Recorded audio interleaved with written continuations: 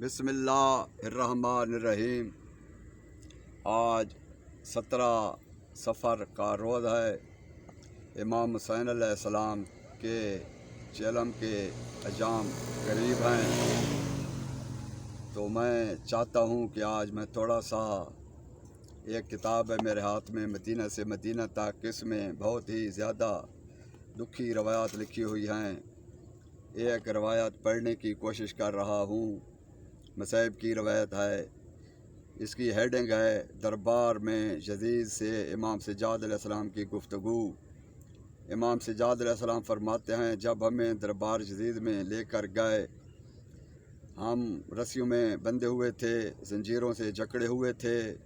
हम तख्त यजीद के सामने खड़े हो गए।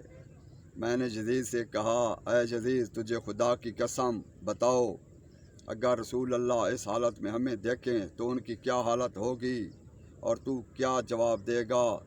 इमाम अलैहिस्सलाम फरमाते हैं, यजीद के सर पर दुर्रों से जड़ा हुआ ताज था। उसके इर्द गिर्द कुरैश के बुजुर्गान बैठे हुए थे, जो सब उसके रिश्तेदार यानी बनी उमैया से थे, और वो तख्त पर बड़े गरूर और सरूर से बैठा था। एक दफ़ा नज़र उठाकर मेरी तरफ देखा तो पूछा, मन हज़ा, ये जवान कौन है? लोगों ने बताया कि ये अली इब्न हुसैन हैं। उस मलऊन ने सुना हुआ था कि इमाम हुसैन अलैहिस्सलाम के फ़र्जंद अली इब्न हुसैन करबला में शहीद हो चुके हैं।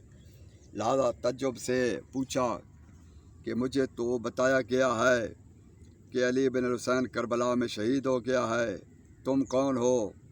इमाम अलैहिस्सलाम ने रोकर फरमाया, ऐ यजीद मलऊन, मेरा एक भाई अली था, उसे तुमने कत्ल करा दिया है। यजीद ने कहा, तेरे बाप पर ताज्जुब है कि तमाम बेटों का नाम अली रखा। इमाम अलैहिस्सलाम ने फरमाया, मेरे बाप को अपने बाप से बहुत मोहब्बत थी, लिहाजा बेटों के नाम अली रखे। यजीद बोला, तुम्हारे बाप ने खिलाफत का दावा किया था, लेकिन अल्हम्दुलिल्लाह ये खिलाफत उसको नसीब ना हुई, और खुदा ने मुझे उन पर फतह और कामयाबी दी।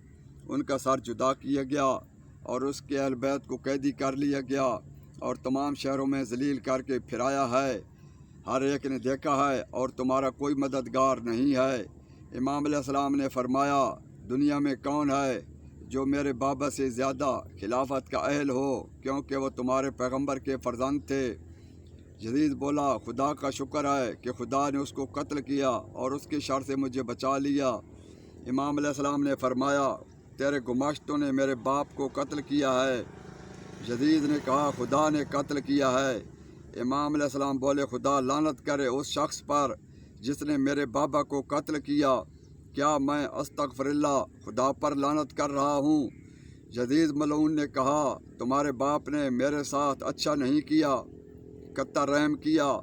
वो सल्तनत के मामला में मेरे हक़ को ज़ाय करना चाहता था। उसने मुझसे तनाज़ा किया, फिर खुदा ने उससे इंतकाम लिया। इमाम अलैहिस्सलाम ने ये आयत तिलावत की, जो मुसीबत भी ज़मीन पर या तुम्हारे नफूस पर आती है वो पहले लिखी जा चुकी होती है। यजीद मलऊन ने अपने बेटे से कहा, इस कैदी का जवाब दो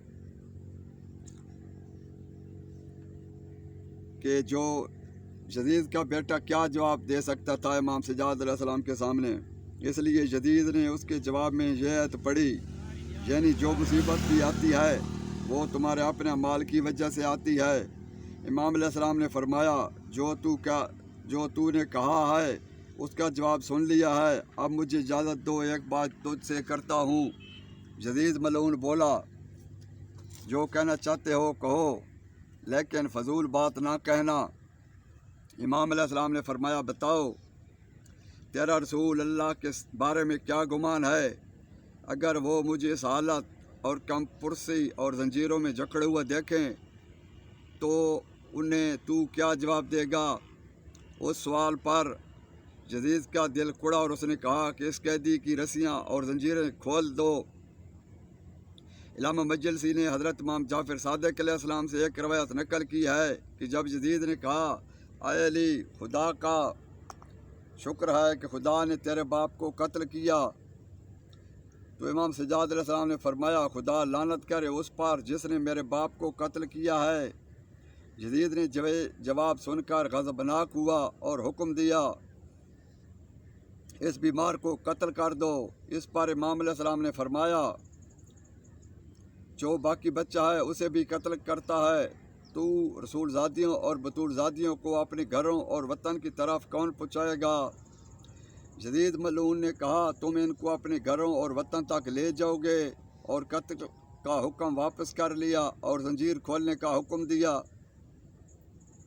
ایک اور روایت میں ہے کہ زنجیر یزید نے خود کھولے اور کہا کہ تم جانتے ہو کہ میں نے خود زنجیر کھولنے کا کام کیوں کیا ہے؟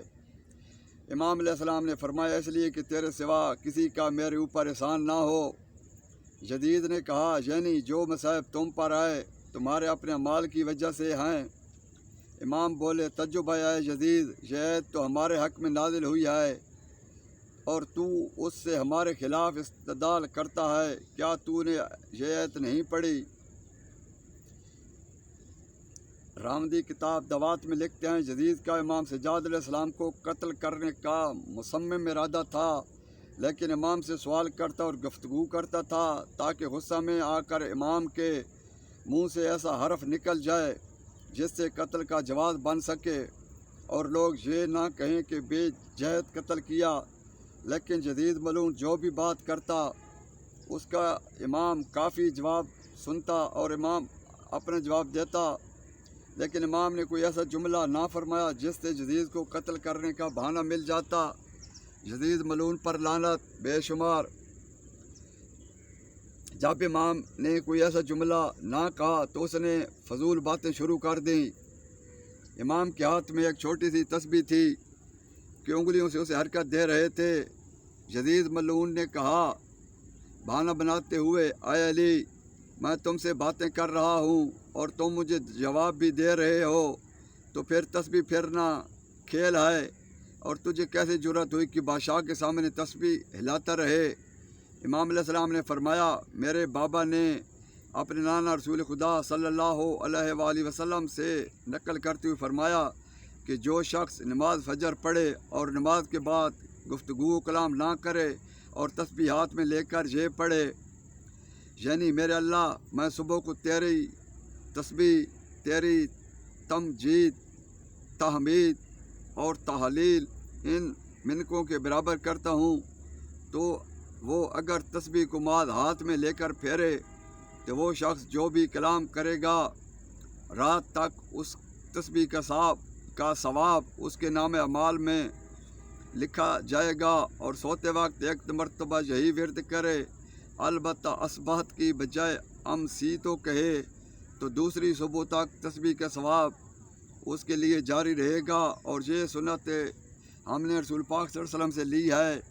یزید نے کہا سبحان اللہ، میں جو اعتراض کرتا ہوں اس کا جواب حاضر اور تیار ہوتا ہے۔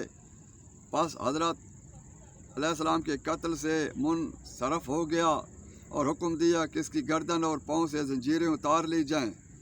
اللہم صلی علی محمد وآل محمد، اللہم کل ولیک الحجرۃ بن الحسن صلواتک علیہ وعلی آبائہ فی ہذہ الساعۃ وفی کل ساعۃ من ساعۃ اللیل والنہار ولیا وحافظا وقائدا وناصرا ودلیلا وین حتی تسکنہ ارضک طوعا وتمتع فیہا طویلا یا رب محمد وآل محمد وعجل فرج قیم آل محمد یا علی۔